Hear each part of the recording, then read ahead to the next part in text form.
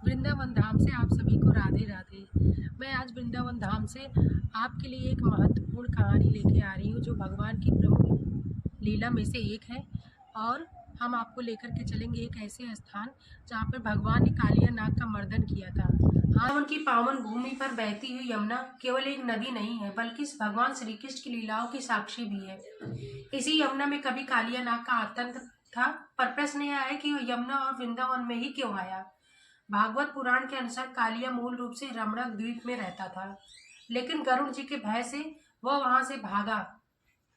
उसी समय यमुना में तपस्या कर रहे सौबरी ऋषि के श्राप के कारण यमुना का वह क्षेत्र गरुड़ के प्रभाव से पूर्णतः मुक्त हो गया था, यानी गरुड़ वहां प्रवेश नहीं कर सकते थे।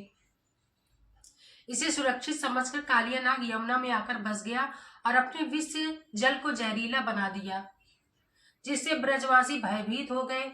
तभी बालकृष्ण ने कदम वृक्ष से यमुना में कूदकर कालिया का दमन किया, उसके फनों पर नृत्य किया और अंत में नाग पत्नियों की प्रार्थना पर उसे जीवन दान देकर यमुना छोड़ने का आदेश दिया। यही कारण है कि वृंदावन को करुणा और उद्धार की भूमि कहा जाता है। इसी आध्यात्मिक मर्यादा के प्रतीक रूप में गरुड़ जी वृंदावन के भीतर नहीं बल्कि सीमा पर विराजमान है, और इसलिए गरुड़ गोविंद मंदिर वृंदावन के बॉर्डर पर स्थित है।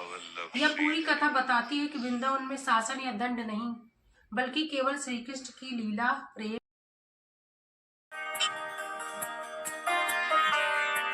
अब हम लोग आ चुके हैं वृंदावन की उस पावन भूमि पर, जहां यमुना जी के तट पर स्थित है प्रसिद्ध कालिदा।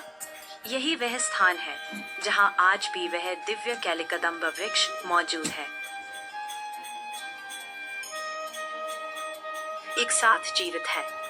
यहीं खड़ा है वह अलौकिक कैलिकदम्ब वृक्ष, जिसे मान्यता है कि भगवान श्री कृष्ण ने इसी पर चढ़कर यमुना में छलांग लगाई थी और विषैले काली नाग का मर्दन कर संसार को भय से मुक्त किया था। भक्तों की श्रद्धा है कि यह कदम्ब वृक्ष साधारण नहीं बल्कि 5000 वर्ष से भी अधिक प्राचीन है, क्योंकि समुद्र मंथन के समय गरुड़ देव यहाँ अमृत कलश लेकर विराजमान हुए थे, जिससे इसमें दिव्य ऊर्जा समा गई। इसी कारण इस वृक्ष की 4 परिक्रमा को गोवर्धन परिक्रमा के समान पुण्यदायी माना जाता है। कालिदाह पर स्थापित काली नाग की मूर्ति उस महान लीला की सजीव स्मृति है, जहां नन्हे कान्हा ने अपने चरणों से अहंकार और विष दोनों का नाश कर दिया था।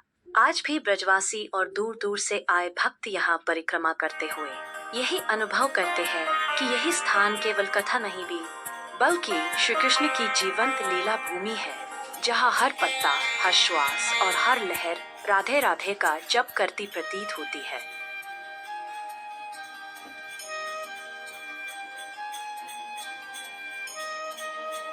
कालियादह घाट पर यही वो कदम का वृक्ष है जिस पर से भगवान ने यमुना में छलांग लगाई थी और कालिया नाग का मर्दन किया था, और उसके जस्ट बगल में कालिया नाग की मूर्ति है जिस पर भगवान के पद चिन्ह है।